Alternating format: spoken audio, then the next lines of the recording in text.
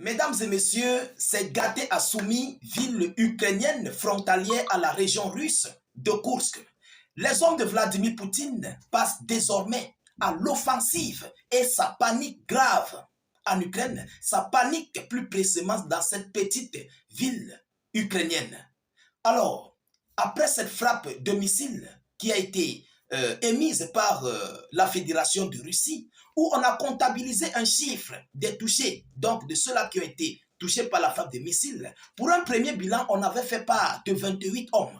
Après, le bilan est monté à 45 hommes. À l'heure où je vous parle, le bilan s'alourdit au fur et à mesure. Et on nous signale même d'ailleurs des repos éternels, mais non confirmés pour le moment. Mais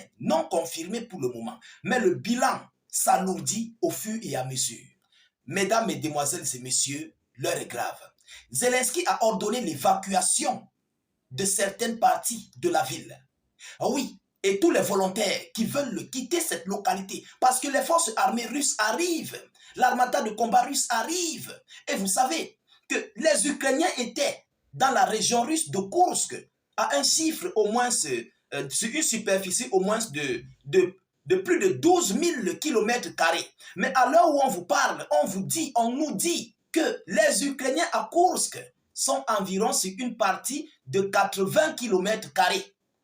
80 km². Mesdames, mesdemoiselles et messieurs, l'heure est grave. Permettez-moi d'entrer dans l'information officielle pour que je ne puisse pas vous dire du n'importe quoi. Ce n'est pas moi qui le dis, c'est l'Ukraine qui dit qu'il relaie l'information. L'heure est grave. Et je vous prie, vous tous qui verrez cette vidéo, de partager massivement.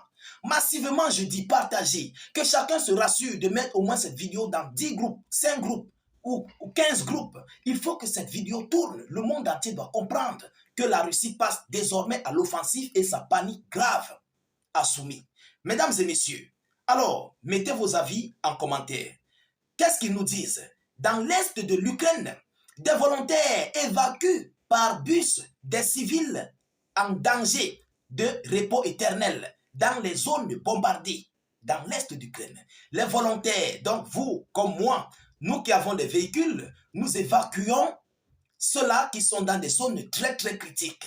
Les volontaires. Mesdames et messieurs, la région de Soumy, dans le nord-est de l'Ukraine, fait face à la région russe de Koursk.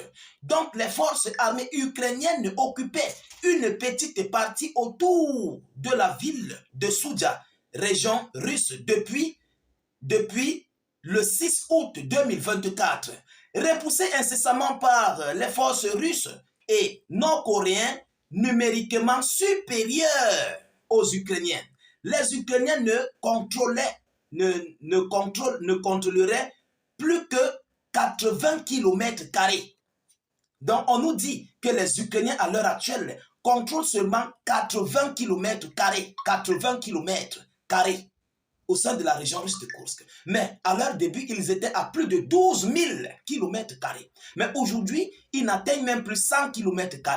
Incroyable. Mais ça, c'est une opération pour les Russes à manger en peut-être un mois. Ils vont finir ça. Mesdames et messieurs, qu'est-ce qu'on nous dit? 80 km² du territoire russe. Samedi 22 mars, 2 minibus prennent la route vers Krasnopilia. Un gros bourg qui comptait 7000 habitants avant l'invasion russe à grande échelle et n'en a plus que 300 habitants aujourd'hui, selon l'information officielle. Alors, l'attaque russe a fait près de 90 blessés. Nous sommes quittés à 28, 45, maintenant c'est 90 blessés, annonce Volodymyr Zelensky. Mesdames et messieurs, alors, l'attaque russe Assoumi a blessé près de 90 personnes. Donc, 17 femmes, 17 enfants, a annoncé ce lundi, en fin de la journée, le président ukrainien Volodymyr Zelensky, précisant qu'une opération de sauvetage était toujours en cours. À l'épicentre se trouve une école et des bâtiments résidentiels.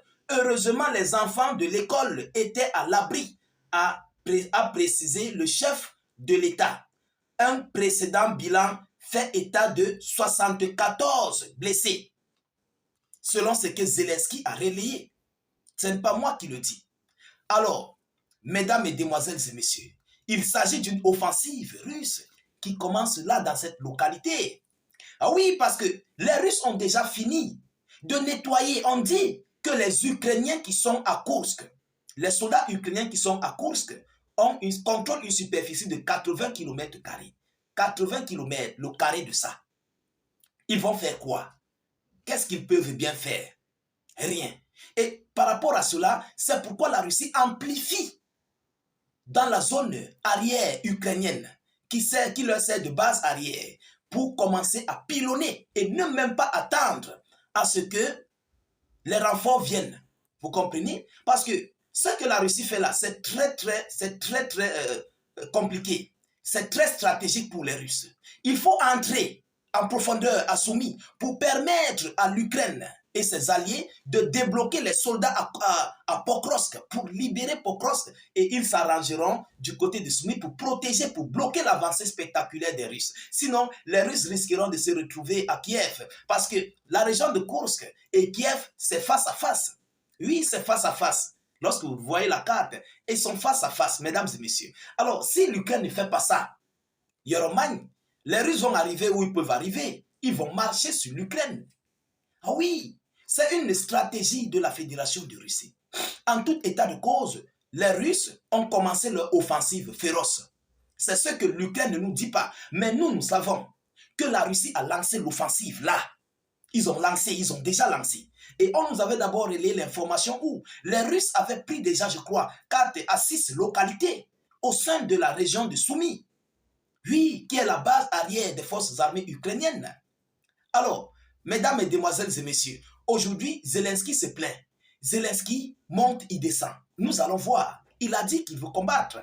Alors, aujourd'hui, les Russes vont combattre. Et les Russes vont pousser Zelensky à combattre. Il veut combattre. Là, nous allons voir qui est le meilleur. C'est de ça qu'il s'agit.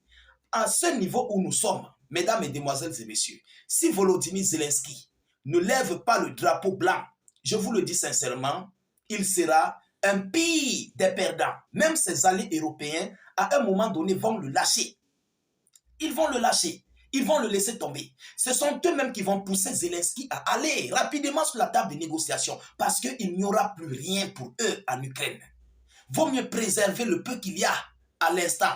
À l'instant T, il faut préserver. Mais s'il attend, les Russes vont tout prendre. Et par rapport à ça, soyons-en sûrs que Donald Trump risquerait d'armer l'Ukraine pour essayer de ralentir l'avancée spectaculaire de la Fédération de Russie en Ukraine.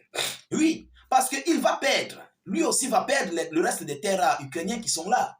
Il va perdre les infrastructures énergétiques. Il risquerait de tout perdre. Mais pour que ça n'arrive pas là, il serait obligé soit d'envoyer des mercenaires américains, soit d'envoyer des armements américains pour permettre de ralentir l'avancée de la Fédération de Russie dans cette localité. Alors, mesdames et messieurs, c'est gâté. C'est gâté à Soumy. Alors, je vous parle, les Ukrainiens sont dans des sales draps dans cette partie ukrainienne. Nous continuons de suivre cette actualité le plus près que possible. Nous ne manquerons pas de vous tenir informés de la suite de ces hostilités très chaudes à l'heure actuelle. Partagez la vidéoconférence dans tous les groupes possibles. Mettez-la partout à travers le monde. Mettez beaucoup de j'aime et suffisamment de cœur. Je vous prie, vous qui nous suivez, de mettre vos avis en commentaire. Même si vous n'avez rien à écrire, mettez salut, état d'urgence ou encore vive la paix dans le monde. Je vous reviens tout à l'heure pour une prochaine série d'actualités. Soyez encore salués une fois de plus. Ciao, ciao.